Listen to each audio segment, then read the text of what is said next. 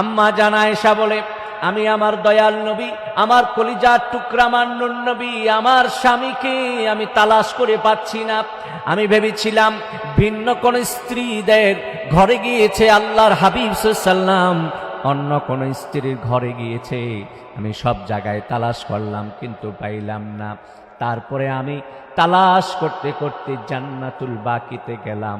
সেখানে আল্লাহর হাবিব সাল্লাল্লাহু আলাইহি ওয়াসাল্লাম সেখানে দাঁড়ায়া দাঁড়ায়া কবর জিয়ারত করছিলেন।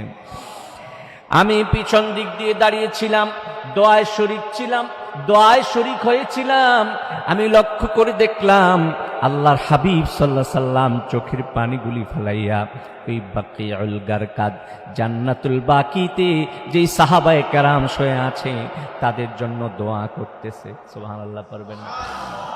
দোয়া করতে করতে আল্লাহর হাবিব নূর নবী সাল্লাল্লাহু আলাইহি ওয়াসাল্লাম এক পর্যায়ে বলে ফেললেন, রব্বুল আলামিন কিয়ামতের ময়দানে সবাই সবাইকে ভুলে যাবে, হাসরের ময়দানে সবাই সবাইকে ভুলে যাবে, কিন্তু আমি যেন আমার স্ত্রী খাদিজাতুল কুবরাকে না ভুলি।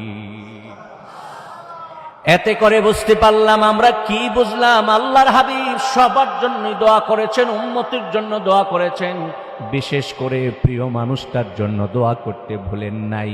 আমরা সবার জন্য একজন আরেকজনের জন্য দোয়া করব, বিশেষ করে প্রিয় মানুষ যারা আছে, যাদেরকে প্রাণের চেয়ে বেশি ভালোবাসি, মা বাবা, আত্মীয় স্বজন, কাছের ছেলে সন্তান, তাদের জন্য বিশেষ করে ওই রজনীতে দোয়া করতে হবে। প্রিয় মানুষদের জন্য, আপন মানুষদের জন্য দোয়া আল্লাহর হাবিব সাল্লাল্লাহু আলাইহি ওয়াসাল্লাম ওই রজনীতে করেছেন। সম্মানিত হাজিরিন ভাইয়েরা, মাস এসেছে, মাস আসে, মাস যায়, কিন্তু মুমিন মুসলমানের কোনো খবর নাই বললেই চলে। আসুন না একটু পরিবর্তন হই বাবা, আসুন না পিছন থেকে আল্লাহর কাছে তওবা করি। চলে যাচ্ছে তো মাস, আসতেছে রোজার মাস, কি প্রস্তুতি নিয়েছেন, কি প্ল্যান আছে, কি করছেন, সব ভুলে যান।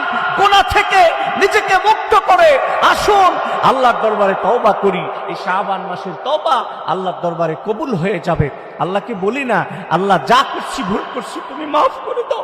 দেখেন না আল্লাহ মাফ করে কিনা, দেখেন না আল্লাহর দয়া কত বেশি, মায়া কত বেশি।